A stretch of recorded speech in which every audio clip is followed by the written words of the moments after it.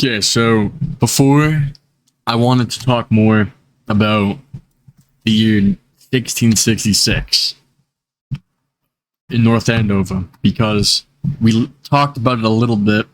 So we talked about this in the video about Anne Bradstreet, but so I wanted to go more in depth on what happened in 1666 in general.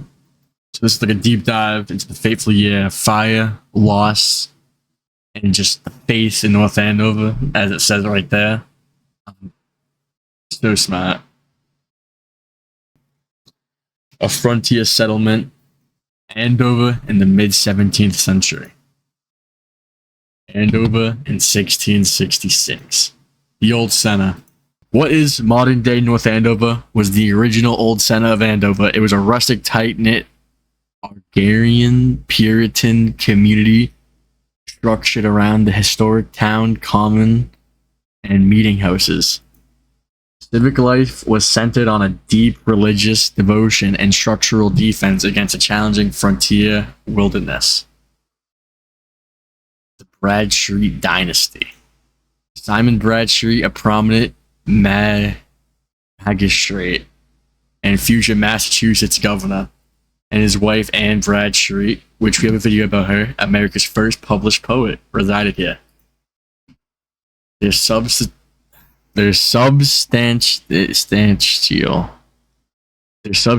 home was the focal point of the township. Their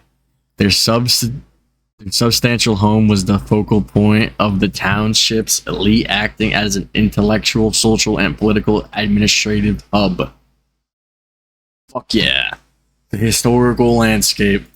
The town's original house. During 1666, the original settlement of Andover was highly vulnerable.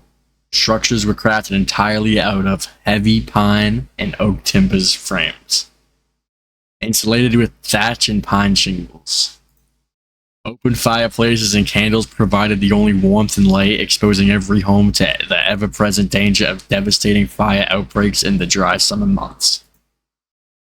The night of July 10th, 1666. The spark of disaster. On the warm evening of July 10th, 1666, a careless servant mistakenly deposited hot fireplace ashes into a wooden hogshed barrel on the back porch. By 2 a.m., the wooden dry container ignited quickly, feeding flames to the main oak framing. The sleeping family awoke to terrifying screams of fire before escaping into the night. The Puritan poetess, aka Anne Bradstreet. Recollection and faith. Anne Bradstreet had a deep affection for her home of over 20 years, where she raised her 8 beloved children. To watch her lifelong personal possessions consume and smoke presented her greatest emotional and spiritual test. She wrestled between human grief over material ties and the Puritan duty of absolute submission to God's providence. An inestimable loss. The intellectual void. The tragedy did not just take a physical roof, it consumed the Bradstreet's extensive library, containing over 800 classical, theological, and historical books. This collection, imported at great cost, was one of the largest private libraries in colonial America.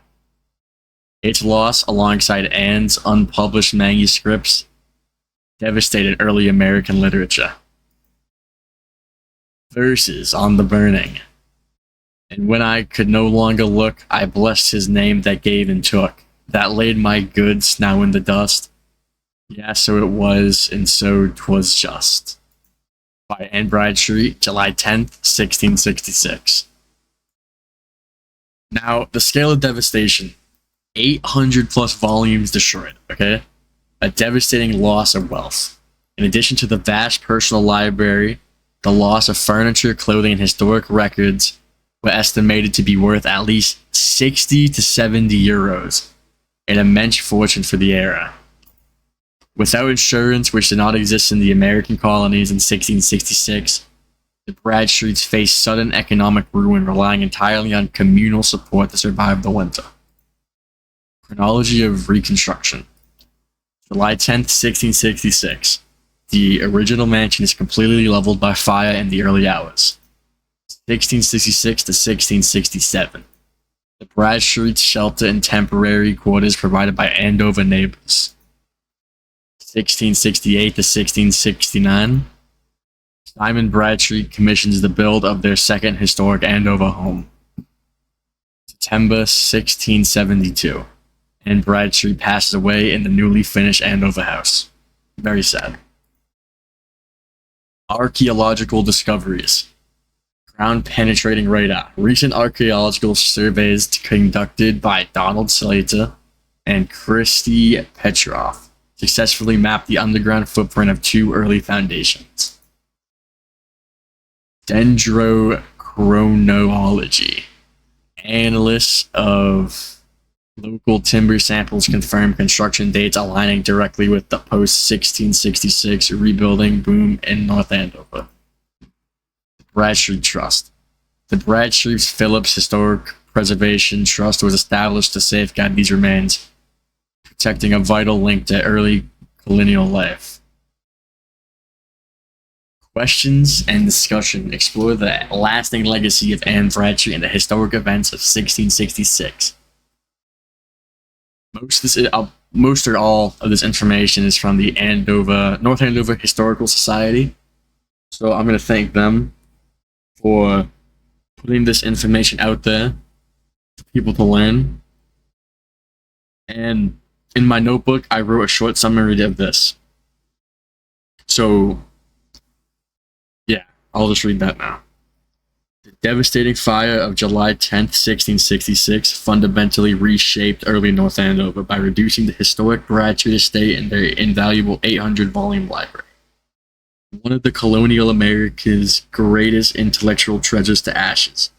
Rather than ending in ruin, this profound physical loss catalyzed Anne Bradstreet's most famous literacy work, Verses Upon the Burning of Our House, which elegantly reconciled human grief with Puritan faith and spiritual resilience.